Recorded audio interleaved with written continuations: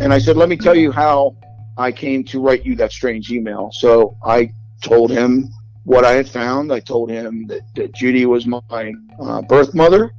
And I read him from the transcript. Father's a sports star. He's from DeWitt, New York. Yeah, he goes, that sounds all about right. And I said, so you're telling me my search is over? He goes, yeah, pretty much. He goes, your search is over.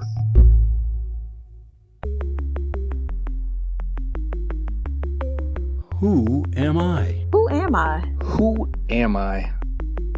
Who am I? Who am I? Who am I? Who am I? This is Who Am I, Really? A podcast about adoptees that have located and connected with their biological family members. I'm Damon Davis, and on today's show is Jim, who lives in Delaware. Growing up, Jim had no desire to search for his first family, but after his parents passed and he found his adoption name change form, his feelings about search changed. While he missed his biological mother, one of her lifelong friends shared some intimate pieces of the woman's life. Jim made the trip to Texas to meet his birthfather, who felt re-energized in his final months by Jim's re-emergence. This is Jim's journey. Jim told me that always knowing he was adopted was helpful because he grew up with the knowledge, so being adopted never seemed like a bad thing. He was born in Manhattan, but grew up on Long Island, New York. His parents purchased their home outside of the city before he was adopted, hoping it would give them a better chance of getting approved for adoption. Around 8 or 9 years old, his father got a job with DuPont down in Delaware, so the family packed up and made the move. Jim said he despised growing up as an only child. Really despised that. Yeah. I always wanted a brother and sister or whatever. So we ended up getting pets. So I had pets pretty much throughout my whole life. Yeah. But, did you get dogs? What'd you get? We got dogs. I had turtles. I had hamsters. I had rabbits. We had the gamut. I mean, my parents bent over backwards. Sometimes kids would say he was spoiled as an only child, but Jim didn't think he was. He wanted for nothing, and he had an excellent upbringing. As an adult, Jim's friends told him he wasn't that bad as a kid, and it wasn't like he acted spoiled. I asked Jim about whether he knew other adoptees growing up. I did not. And it wasn't like it was an open subject to discuss. I never hid it. So when something would come up, I wouldn't have a problem saying, I was kind of adopted, so I don't know the answer to that. I mean, every doctor's visit, as well as I do, it's like, well, I don't know my medical history. Yeah. But it was never, I never knew anybody else who was adopted that I knew of.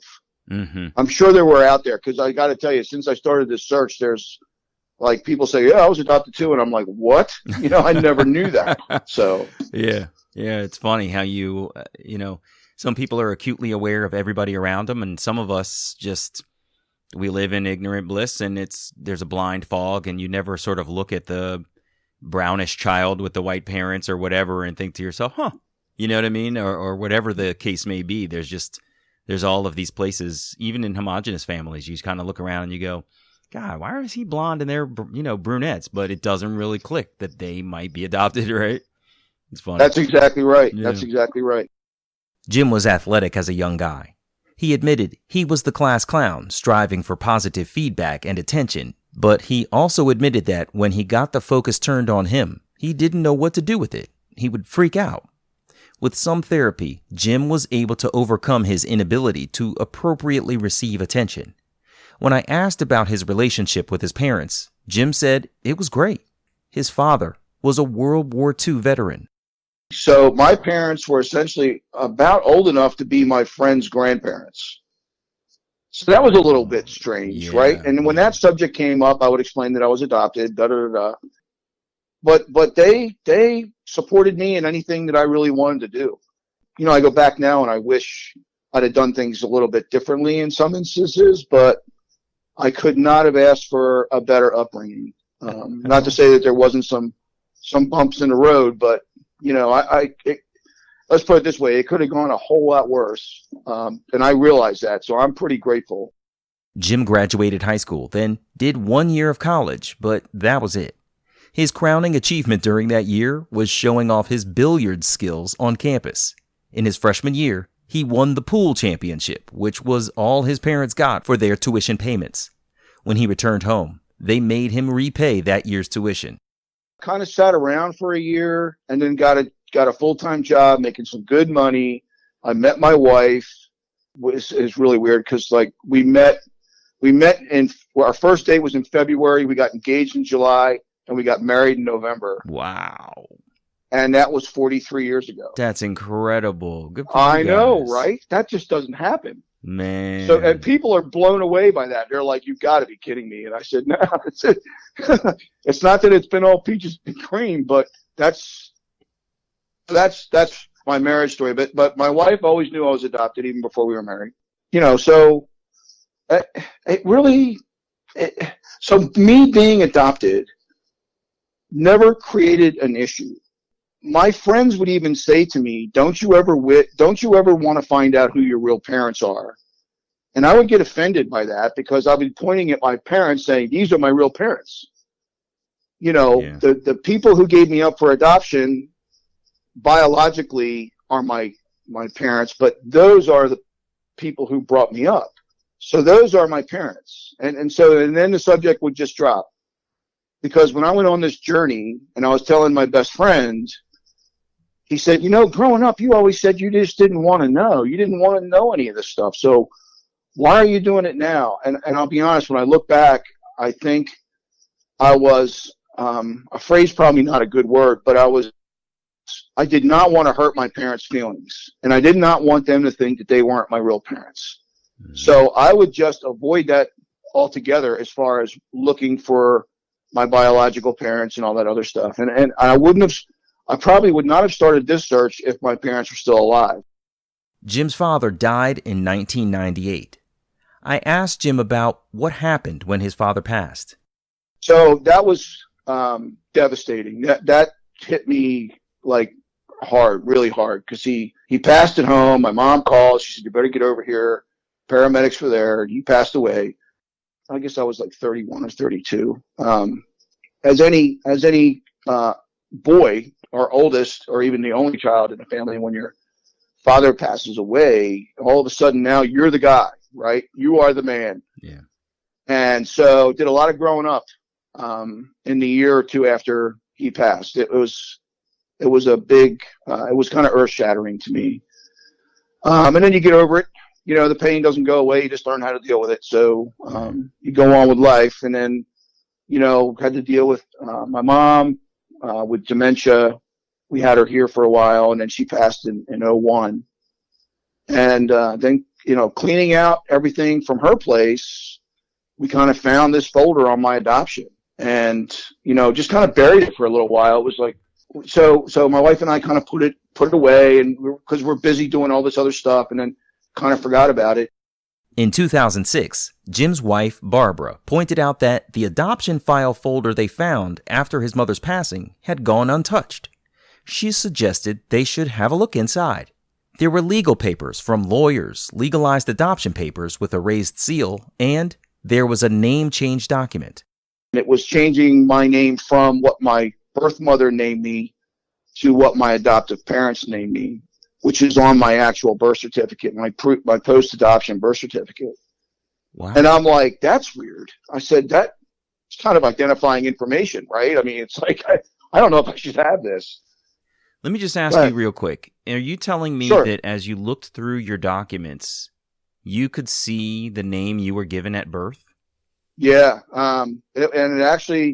It was a raised seal court document on yellow paper. It was like the real deal, and there was no faking it. It was like, this document verifies that James Richard so-and-so will now be known as James Elliott. And it's like, what? So, yeah, it kind of blew us both away. So, wow. That's almost like looking at the start of a life of another kid. You know what I mean? Yeah. Yeah. That must have been really weird. After talking to the adoption agency, and they signed a counselor to me, and I told the counselor about this document, and she said, I can't legally talk to you about that. She said, that is identifying information, and I am not allowed by law to talk to you about that. New York is like the worst, I swear. And, I listened to Laura's story on the podcast, and I'm like, boy, I was living that dream. Yeah. Now, New York has opened it up. So, since Jim had the official documents that recorded his name change and his official adoption, but the social worker couldn't legally speak with him about those documents, I asked him what the social worker was able to share with him. Great question. So this is, I would recommend this to anybody who was adopted and on a search or just want information. They were able to send me a summarized transcript of the interviews that my birth mother gave to her social worker the month before I was born. So in other words, the adoption agency assigns a social worker to the pregnant mom. The pregnant mom shows up in New York a month before birth. And this social worker, I think she made like 3 or 4 interviews with my birth mother. And all that information is recorded. So the counselor who was assigned to me was able to go into the records, write up a summary without any identifying information, and send that summary to me.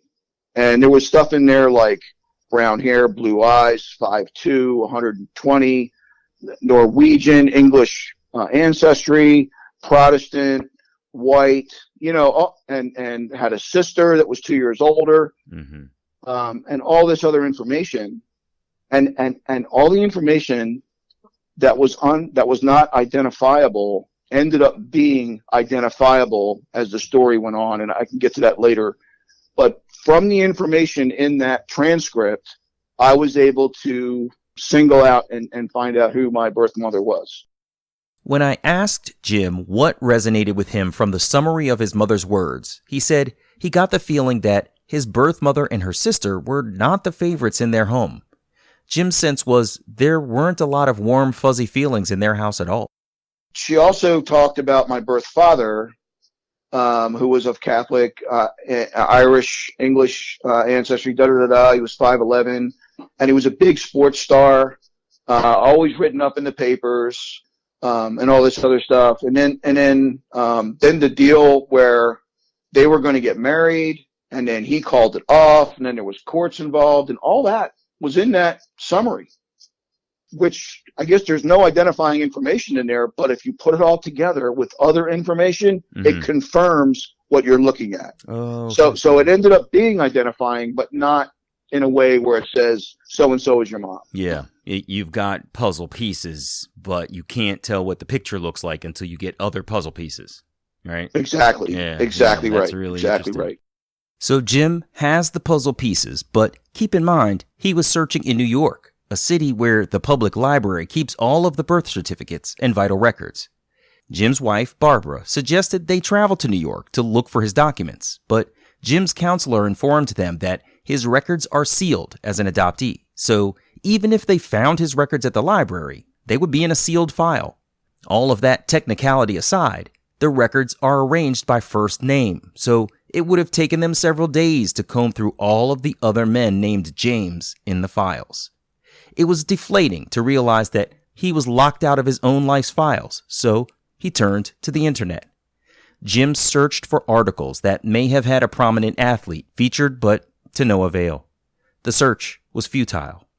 Years later, in 2017, Barbara told Jim that she wanted to do an Ancestry DNA test for her birthday, but on one condition. He had to submit a sample too. It seems like a good idea to him because he only knew what he was told about his background. The test confirmed Jim is English, Scotch-Irish, and many more things. Later that year, Jim gets a message through Ancestry's platform from a woman named Virginia, a genealogist for her family. She said, we're related, we share, centimorgans, and here's a little bit of my lineage, and da-da-da-da. And I'm thinking, are they scamming me here or what? Mm-hmm. And, Damon, I think I went that route because I was afraid of what I'd find. Yeah. Excuse me. Getting a little caught up. It's all right. You take your time, man. So I showed my wife, I said, I don't know what to make of this. And so I wrote her back, and I wrote her back, and I said, hey, look, I was adopted at birth. I really have no idea who my biological family is. Thank you for writing the note. I had my DNA tested because, I just wanted to find out a little bit of my background and all that. And she writes back and she goes, well, that's fine, but DNA don't lie. We're related. Okay. So welcome to the family. Yeah. Right. That's awesome. And that kind of hit home. I mean, that was like, well, wait a minute here. Welcome to the family. It was the kind of comment that made it all real, even through Jim's skepticism. He'd never done anything like DNA testing before, so to have someone like Virginia reach out to him as part of his biological family, it felt like a scam at first. Jim said when Virginia found out he was adopted, she was all in, and learning more about him became her project. Along the way, while messaging with Virginia, Jim gets another message from Roy, a first or second cousin of extremely high confidence.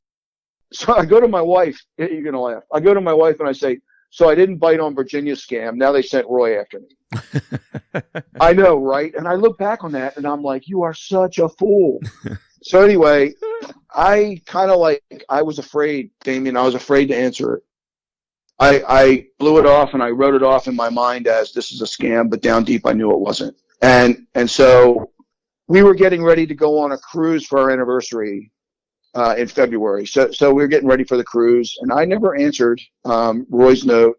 We go on the cruise, and at every stop, I would find a bar with free Wi-Fi and text the kids and say, hey, this is what we did. Having a great time. Everything's fine. Hope everything is fine there. And we stopped in Bon Air on February 25th, and we did a tour. Barbara went back to the ship, and I said, I'm just going to run over to this bar, have a beer, and then check up on the kids. And there was an email sitting there, and got to give me a minute. Virginia is writing me. I never thought I'd get this emotional on this. And this is how it's been through the whole journey. It's surprising. Virginia says, I think I have your birth mother narrowed down to Roy's two cousins, Judy and Carol. And Carol was born in 1937. Judy was born in 1939. And it gave last names. And it matched the last name on the name change document that I was given at birth. And I almost fell off my bar stool because I never gave Virginia any of that information. She never saw the name change document. She never knew I had the interview transcripts. I kept that to myself. And it matched because my birth mother had an older sister, which was Carol. And it matched the last name. And so, slammed a shot at tequila, drank my beer, and ran back to the ship and got Barbara. And I said, look at this. And she goes, all right. So she goes, this is no joke anymore. This is the real deal because there's no way this is a coincidence. It was at that point that Jim and Barbara figured they had to be in or out. They were so close to having full information about Jim's past that they had to decide if they wanted to open the proverbial box to see what was inside or walk away. They went all in. When the cruise docked, Jim raced home to respond to Roy's initial message, apologizing profusely for not sending a more timely reply. Afterward, even Virginia asked Jim what she might have done differently that would have tamped down his skepticism about fully engaging in his own reunion. Jim tried to reassure her there was nothing she had done. It was all on him to be in a place of accepting what he was facing. He told her he was over it and he wanted to know more, so they started an investigation into Judy, Jim's biological mother. So I started researching Judy. I found her obituary. She had passed in 2013, and this was 2018. So I had missed her by 5 years. I was really disappointed in that, but okay. It's not earth-shattering, but, it kind of sucks. But yeah. And then I started... So I saw in her obituary she had two kids, which are now my brother and sister.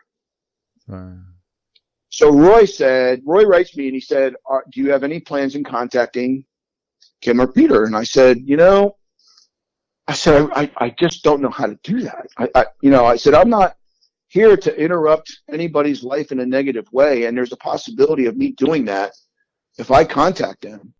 Their research uncovered Judy's wedding announcement, the date of which was a little over a year after Jim was born.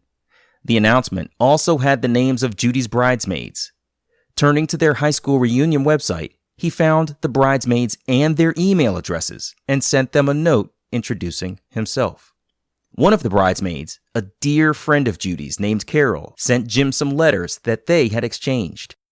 And there was this one letter that said, Judy wrote to Carol and said, Jim and I had such a good time doubling with you and Gary. I never laughed so hard in my life. And so Carol said this was sent. She got that letter like 1956, 57 time frame. So I'm like, Jim, huh? Okay, so maybe this is something. She didn't know who Jim was. Barbara told Jim, look, you're treading ground you've never walked. You've never done this before, and you might want to get some information about Reunion. Jim's social worker sent him a list of reading materials, and in one weekend, he sat down and devoured one book called The Adoption and Reunion Handbook. I don't think I actually got out of my chair until I was done reading the book. It was just like, I got to get this done. And it explained that a sibling reunion is so much easier, or I shouldn't say reunion, I should say union, is so much easier than a parental one because there's no guilt, there's no fault, there's no nothing. We just happen to be in this movie, right? So I started thinking more and more about getting a hold of my siblings. Jim started looking at social media to find his siblings. He located his sister on Facebook and LinkedIn, but he couldn't find his brother anywhere. Jim followed his sister for a while online. Then he decided it was time. I finally said, I'm going to contact her. And so I wrote a letter to her, and oh my God, Damon, I must have rewrote it 5 or 6 times. Yep. And my wife finally said, just send the damn letter. She goes, it's good enough. You can change this thing for the rest of your life. Just send the letter. So I sent it, and I sent it through Ancestry, which went to her junk mail. So, and I knew that because Barbara said, send it to me, and it went to her junk mail. So I sent it through Facebook Messenger, and when I sent it through Facebook Messenger, Kim got the message and was trying to delete it because she didn't recognize my name. And as she was trying to delete it, it opened. And she saw her mother's name, and that's when she read the letter. And I'm like, I'm getting out of my truck to go to work, and she replies back. She replied back saying, you're going to have to give me a minute. I really am taken by surprise by this. Jim said he tried to legitimize himself in that introductory letter, so he had given his sister his email address and phone number to make sure she felt some degree of certainty that this outreach was real. Jim went to work, and when he got off and got home, he and his sister messaged back and forth for hours. He scanned and sent her his name change document and his birth certificate, putting himself out there, hoping the door would be opened for them. She said, give me 10 minutes. My family's holding up for dinner. I'll be right back. So I said, okay. She comes back and she says, it's confirmed. She goes, I just talked to my mom's best friend, who's been a best friend forever. And she said that my mom had a son in high school and had given him up for adoption. Wow. And I'm like, it was like, whoa, this is the first confirmation I've ever had. Real confirmation, word of mouth. And then she says, and she thinks your dad's name is Jim. And I didn't even know how to respond to that. And she thinks he lives in San Antonio, Texas. I'm like, holy shit. So I said, okay, thanks. Any other information, let's stay in contact. And she was all for it. She was like totally, once it was confirmed, she was like, I am so there.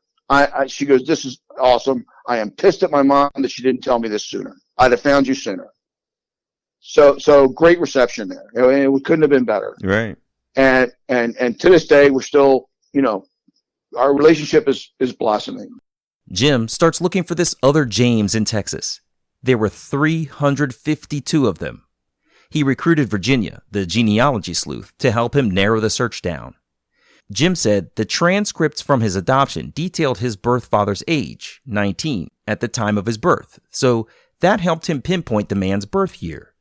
Couple that information with the man's full name, and the puzzle picture gets clearer. Jim looked back at historical newspapers for this guy in New York, where he found the man written up as a football and track star, all of which confirmed he had found the right guy. Online, Jim found 4 email addresses for his birth father Jim, so he realized he needed to draft a generic email that wouldn't alarm the guy's family members, who probably didn't know he existed, but specific enough to trigger intrigue and follow-up. In the letter, he named the guy's hometown. He asked if perhaps the older Jim maybe knew another family back in that hometown, mentioning his birth mother Judy's last name. I wrote the letter. I sent it to all 4 emails. Lo and behold, I'm getting out of my truck to go to work, and I get a response. It's like, why does this always happen as I'm going to work? This is ridiculous. So anyway, the response is, yes, I've lived in DeWitt, New York, and I know the Wheelers. So it was like, I got him. I got him. I know what email to use now. So I go into work. I work my 5-hour shift because I work part-time. And I come home, I go right upstairs to my office, and I'm typing out a letter now because now it's explicit, right? Because we both know what's going on here. He knows and I know because there was a big legal battle when I was adopted. So he was involved. He had to pay some money. There was all kinds of this isn't something that he forgot. In the middle of the letter, I get a call from San Antonio, Texas. Really? So when I get up off the floor, I answer the call. And he said, is this Jim? And I said, yes. He said, you wrote me a strange email today. And I said, I did. And I said, let me tell you how I came to write you that strange email. So I told him what I had found. I told him that Judy was my birth mother. And I read him from the transcript. Father's a sports star. It's from DeWitt, New York. Yeah, he goes, that sounds all about right. And I said, so you're telling me my search is over? He goes, yeah, pretty much. He goes, your search is over. Jim and Jim talked by phone every day thereafter. After finding his birth father in late April 2018, the men agreed to meet in July of 2018. Jim, the adoptee, also got to chat with Jim, the birth father's younger brother, Dan. His brother remembered everything from the pregnancy to plans for Judy and Jim to get married, to the legal battle and eventual adoption. Dan, my uncle, said that Jim was about on his last legs until I got a hold of him. And then it kind of gave him something to live for lack of a better word. But he attributed that. He had some really bad heart problems. He had problems with his feet. So anyway, I went down to visit him because he said, at first he said, no, let's not do a visit because my kids don't know about you. And then his brother Dan talked him into telling the kids, and the kids were okay with it, but very cold to me, which was okay. Not the outcome I expected, but it was okay. Who was cold to you? So I left that out. So my father had 2 kids, right? He had a daughter and a son. His wife had passed in 2006. So he was a widower, and he had 2 kids, and he told his kids about me, and they really didn't show any interest. And I had known that he had 2 kids because of the research I was doing to find him. I knew that he had 2 kids. Anyway, not the outcome I was expecting, but his son said, well, this was before mom, right? And he said, yeah. He goes, well, that's okay, whatever. And that was the end of that. So I would have preferred to have some kind of a relationship. Now his daughter, I do converse with, and she converses with me openly. She actually was the one who told me that he had passed. She had given me a call or sent me a note because it was like 3 a.m. And she said Dad had passed away, and this is what happened, and I'll let you know about the arrangements. Needless to say, I did not go to San Antonio for the funeral, which kind of bummed out his brother because his brother wants to meet me in the worst way. Oh, really? Yeah. So, I'm glad I got down there in that July of 2018 to visit him. I went by myself, went for 2.5 days. Took a gamble, right? I didn't know what I was walking into. Flew into San Antonio, got to his place. He lives in an apartment, pretty big apartment, and it was awkward for about 3 or 4 hours, really awkward. And then, I just told him, I said, look, I'm fine sitting here watching TV with you. So don't feel you have to entertain me or anything. They sat and watched TV for a while. Then the men started to exchange stories and the mood loosened up. Jim said his birthfather insisted that he stay with him in his 3-bedroom apartment with all of his hunting and fishing trophies adorning the walls. His birthfather had sent Jim pictures of his apartment before the trip to make Jim feel more comfortable. The next day, the fellas went out for a ride. Jim's birthfather showed him some property that he owned around town, talked about his days in the service, and some of his time with Judy. Yeah, I stayed with He insisted. He said, no, don't spend it. I got 3 bedrooms here. He goes, we'll fit you in. So yeah, it was just me and him for like 2.5 days. That must have been so bizarre. How cool, though. It was bizarre. He took a gamble too. He had no idea who I was. Yeah, really. So he kind of went out on that limb too. And I figured, well, if he's willing to go out on that limb, I guess I can too. And then you guys spoke every day and then once a week until he passed, huh? Yeah. Wow. Yeah, I actually look forward to the calls. Sometimes I'd call and he'd be in a bad mood or something, and he'd be like, I just don't feel like talking. I said, okay, fine. I'll talk to you next Tuesday, or give me a call when you do. Yeah. It was not like it was a pressure thing to do. That's really cool that he was receptive. And what did he tell you about your biological mother? Fun loving, great girl. Although she was very nice to him in the interviews that she gave the month before I was born to the social worker. And he said that doesn't seem right, because she hated him pretty good because he had called off the wedding. And so she said, he said, I just don't, he said, that doesn't seem or sound right. So I got back with Spence Chapin, who was the adoption agency that took care of the adoption, and got another counselor, because the counselor I had in 2006 had actually retired, and asked for another transcript. Well, the transcript I got from that counselor was twice as long, and it was very detailed. No identifying information, but it was very detailed. And it did get into where there was a major disagreement between the two families. And Jim told me there was an $8,000 payment made that he had saved for college, because he was pissed because he couldn't go to the college he wanted to. He ended up going to Syracuse on a scholarship, but the guy was open and honest. I mean, he was not pulling any punches, but so yeah, there was a big legal battle. Supposedly, back in '56, this was not something that you would let out. So the only people that actually knew were Judy's immediate family and Jim's immediate family, and that was it. So that's why the maid of honors didn't know anything. They were told that she was taking care of her grandmother and she would be back for her senior year to graduate, which she came back, I guess, in end of November, about a month after I was born. Mm-hmm. She went back to school and did graduate with her class. So Jim found his biological mother, but he didn't get to meet her. He found his biological father, whom he had a nice visit with. Then the man passed away just a few months later. All of this reunion stuff was something Jim said his whole life that he didn't want to do. I asked him how he felt after putting the whole puzzle together. So, so great question. I look back on all of the times that I was deflecting my friends asking me about, do you ever want to find your biological or your real parents? And I think the real parents thing is what made me defensive, because my parents who brought me up are my real parents. And I to this day, they're my real parents. I think I was just afraid of knowing. I always wanted to know who I looked like. I mean, isn't that kind of like weird, but it's like, I don't look like anybody.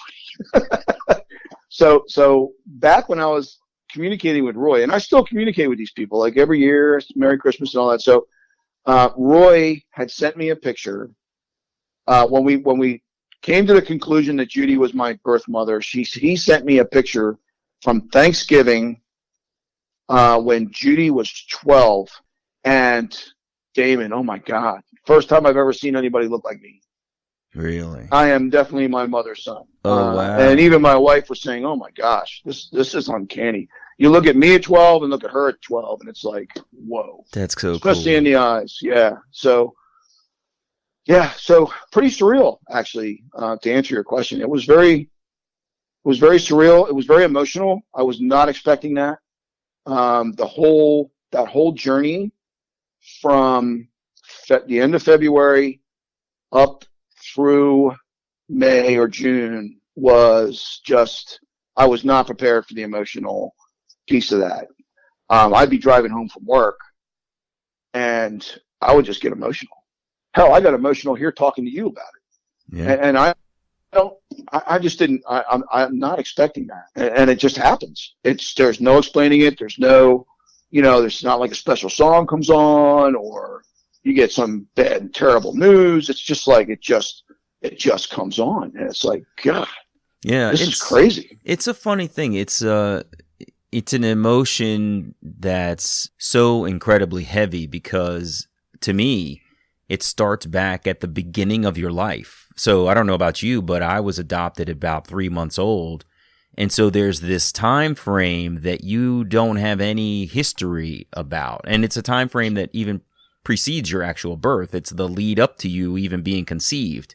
And there's this whole story of your life that you don't get to ask before you were adopted. And then all of a sudden as an adult, when you can actually fathom all of this stuff, you discover it and it becomes this reality that you didn't even know really existed for you. And it can be very overwhelming.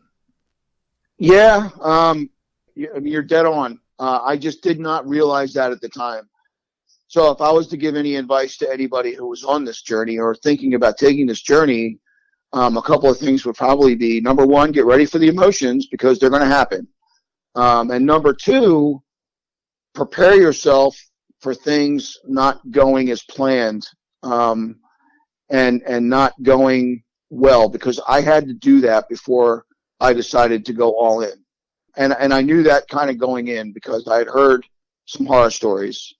And my wife asked me too, she goes, you are prepared that this could go really south, right? And I said, yeah, I am, but it's something I have to do. And if it goes south, it goes south. I've done everything I can do to make it better. But if it does, I'm willing to take that.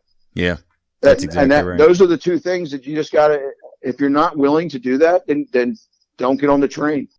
Jim's story was really flowing as we talked, so I tried not to interrupt too much. But I did want to go back to hear more about Judy's bridesmaids artifacts from their lifelong friendship together. Yeah, she had this box where she had saved my sister's christening announcement, the wedding stuff, letters that she got. She had a diary. She wrote me one time and she said, I just read in my diary that Judy and Bill, who she married, started going steady on Christmas Day, 1956. And I'm thinking, this guy's got to be my father. There's just, I was born in October of 56, and here they're going steady Christmas Day of 56. And Virginia kept saying, hold your horses, pal. I have no DNA that says that this guy is your dad. She goes, you got to have to be patient, and we'll just keep digging. But she said, don't jump the gun on me here. Yeah, patience wasn't even in my vocabulary then. Mm-hmm. I was in full swing, dude. I was running down the road at 100 miles an hour. Mm-hmm. Yeah, crazy stuff. And it ended up being somebody else. And I confirmed that through my mom's best friend. So what I'm hearing you say then is your biological mother gave birth to you in October, and then 3 months later she was going steady with her eventual husband. Yes, that's correct. Wow. Yep. So she came back from being one of the girls who went away and immediately started dating a guy who became her husband. And that's amazing. I know. Huh. So she actually finished her junior year, which I guess she wasn't showing. because I'm thinking if I was born in October, she had to conceive, February, March time frame. Mm-hmm. And so by the end of the school year, she wasn't showing. And then that summer, she went away. And then she ended up, I think it was like a month and a half before my birth, her and her mom got an apartment in Manhattan. And so they stayed there until my birth. And that's where the social worker had met up with them. And the counselor actually said, normally the birth mothers don't take advantage of that service, but it's a service that the adoption agency has that will supply a counselor. And she took advantage of it. She saw the counselor 3 or 4 times. So that was a good thing. Prenatal care seemed to be fine. Mm-hmm. Here's a real kicker. My sister's birthday is October 26th, 1959. Now, October 26th is the actual day that my mother brought me to the adoption agency and turned me over. Wow. That had to be heartbreaking, because even in the notes, it said that she was tearful but in control, knew it was the right thing but hated to give me up. She wrote the adoption agency for months afterwards, wanting information on how I was doing, was everything okay, and all that kind of stuff. But, think of it, Damon. Every year on my sister's birthday, she had in the back of her mind that that's the day she gave up her firstborn. Wow. I know. I don't, and my sister still cries every time she starts thinking about that. She goes, I don't know how my mother went through that. I don't know how she did it. Isn't that crazy? I'm speechless. That's unbelievable. Wow. Yeah, that had to be excessively tough. Incredible. Yeah. Gosh, some of the stuff that our birth mothers endured, it's really unbelievable. Yeah, so the whole thing she said she gave me up for adoption was because she wanted me to have a family with 2 parents. And when my birth father said that, he changed his mind, she just figured that she'd put me up for adoption. It was a mess. And I did find out that her husband, Bill, didn't know about me. So he was one of the few people who did know. Oh, that's good. Yeah. Wow. I'm sure she opened up to him and said, hey, look, before we go any further with this is what happened last year. And then come to find out that my birth father and Judy's husband were best friends. Go figure. Your birth father and your birth father, Jim and Bill, were best friends? Yeah, they were buddies. He actually, when I went to go visit him, he told me stories about how he used to go down because my Judy's husband, Bill, was in a military academy for a year, and he used to go down to the dorm, my birth father, and sneak him out the window, and they'd go out drinking, and then bring him back before roll call. I know, it's so bizarre. Oh my gosh, that is unreal. Wow, it's bizarre. Dang, man, that's crazy. Well, Jim, I appreciate you taking time to give me a call, man. It was really fascinating to hear how sort of deeply dedicated you were to your family and your parents. And then, just the discovery of the document being a trigger for you to actually want to start a search it's just fascinating. Everybody's triggered for a different reason. And sometimes it's that very thing, the discovery of a document that alludes to a time and place that you came from that you hadn't really fathomed is really cool. And I'm glad that it turned out okay with your biological father. I'm glad you have a story to tell and that it's something that's going to help others. So thank you. I hope so too. And thank you for doing this. No, my pleasure, bro. My pleasure. Yeah. Thanks, man. All the best to you. Have a great weekend. All right, you too. Hey, it's me. Jim and I agreed that if ever there was an application of the old saying, expect the unexpected, adoption and reunion journeys are one place where it definitely applies. It's so interesting to think that Jim vehemently opposed any desire to search for his biological relatives until he found that folder of documents about his adoption. I love hearing about people like Virginia who give a piece of themselves to help an adoptee find the missing pieces of themselves. She was able to help Jim find his birth mother Judy so that he could hear more about her life. And he was able to have one meaningful visit with his birth father Jim before the man passed away. Sometimes that's all we need is some intimate detail about the biological parents we're looking for, or one meaningful moment to make us feel more whole as adoptees. I'm Damon Davis, and I hope you'll find something in Jim's journey that inspires you, validates your feelings about wanting to search, or motivates you to have the strength along your journey to learn, who am I, really? If you would like to share your adoption journey and your attempt to connect with your biological family, please visit whoamireallypodcast.com/share. You can follow the show at facebook.com/WAIReally or follow on Twitter @WAIReally. If the show is meaningful to you, you can support me with a contribution to keep it going on patreon.com/WAIReally. Please subscribe to Who Am I Really on Apple Podcasts, Google Play, or wherever you get your podcasts. It would mean so much to me if you took a moment to leave a 5-star rating there. Those ratings can help others to find the podcast too. And if you're interested, you can check out the story of my adoption journey, Who Am I Really? An Adoptee Memoir, on Amazon.com, on Kindle, or as an audiobook on Audible. I hope you'll add my story to your reading list.